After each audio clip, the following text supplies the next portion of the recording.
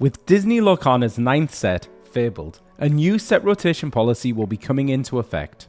But what does set rotation mean for players and collectors? Well, in this video, I'm going to cover everything you need to know about set rotation.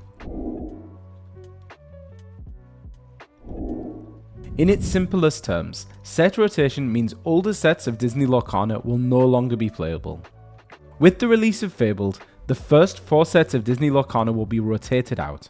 Cards that are part of these rotations will no longer be legal to use in Disney Lorcana's main tournament format, Core Constructed. This is the format used for things like your local set championship, as well as most Disney Lorcana challenges. Instead, you will have to build decks using cards that are still legal, that is, cards that have not rotated out of the format. From this point on, rotation will occur annually, with 4 more sets being rotated out of the game at the same time each year. As part of this set rotation, some cards from rotated sets will be reprinted. Any card that receives a reprint in a later set will remain legal in the Core Constructed format. A card like the first chapter's Stitch Rockstar will be reprinted, and so can still be used in Core Constructed. What's even better though is that if you have a Stitch Rockstar from the first chapter, or even a set championship Stitch Rockstar, these are both still legal in Core Constructed. That's because if a card is reprinted, all older versions are still legal. However, a card like A Whole New World is not part of the first wave of reprints. That means as of Fabled, you can no longer use A Whole New World in a Core Constructed deck. And that applies to all alternate versions too, such as the promo card available at the Disney Lorcana World Championships. But the team at Disney Lorcana have confirmed that even if a card does not receive a reprint right away, such as A Whole New World, we may get one in the future, making it legal once again in Core Constructed. But if you still want to play with cards that have been rotated out, Disney Lorcana are introducing a new format called Infinity Constructed. Infinity Constructed can be played with all cards, offering a wide pool and the possibility for some extremely fun deck building. To help maintain the balance of Infinity Constructed, it will also introduce and utilize its own ban list independent of Core Constructed, and it's been confirmed that both Hiram Flavisham Toymaker and the Fortisphere are both unbanned in the Infinity Constructed format. Local game stores and tournament organisers can choose the format they wish to use for events, either Core Constructed, Infinity Constructed, or something else.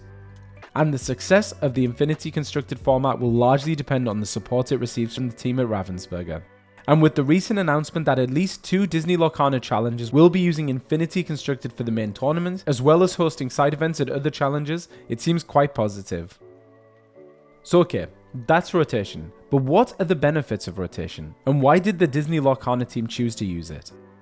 Well, the main benefit is that rotation keeps the game fresh and interesting in the competitive environment, encouraging innovative strategies and allowing new decks to emerge. If you're tired of playing against the same old decks every week, then rotation will undoubtedly shake things up.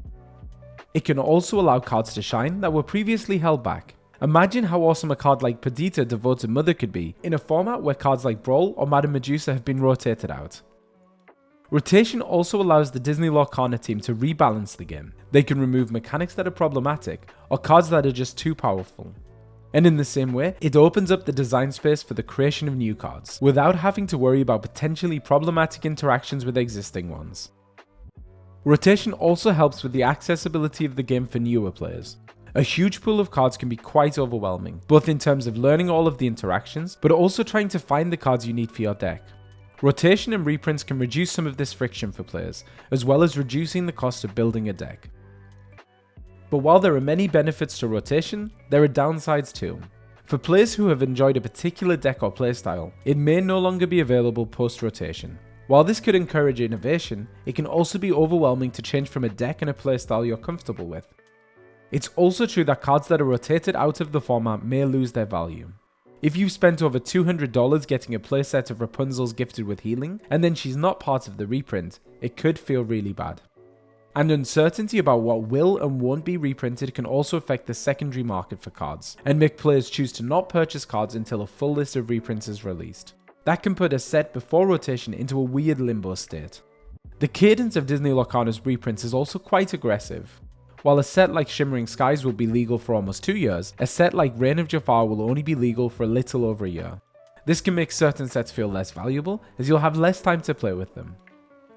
And while rotation may be good for reducing the barrier into the game, It can also have the opposite impact in terms of accessibility, as players need to have a clear knowledge of what cards are and aren't legal. Especially since a card that is reprinted keeps all other versions of it legal, it could become confusing to know which cards are and aren't reprinted, as you can't simply rely on the set number anymore.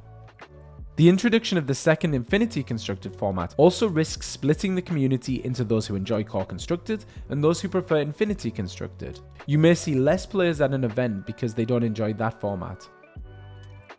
So far, I've talked a lot about the impact of rotation in the context of players, but how does it affect those who collect Disney Lorcana? One important thing to note is that enchanted cards will not be reprinted, as confirmed by the Disney Lorcana team. In general, that means enchanted cards will likely hold or increase in value, because there are a finite number of these available, with no more to be printed in future. In a similar way, if a powerful card like Rapunzel gifted with healing is not reprinted, and Infinity Constructor becomes popular, there will be fewer of those cards around, which may see certain cards increase in value. Although these prices will likely fluctuate dramatically depending on which decks are dominant in the format, and if those cards are printed later on, their value may change again. There's also the nostalgia effect. With the confirmation that the first chapter will not be reprinted, and as a set that marks the start of a new trading card game, collectors may seek out full collections or sealed product simply for the fun of having them. While I'd always caution against comparing Disney Lorcana to a game like Pokemon, Pokemon's base set packs and booster boxes continue to increase in value. While it's unlikely Disney Lorcana will reach those heights, there will likely be an excitement for these early products, especially from collectors joining the game later.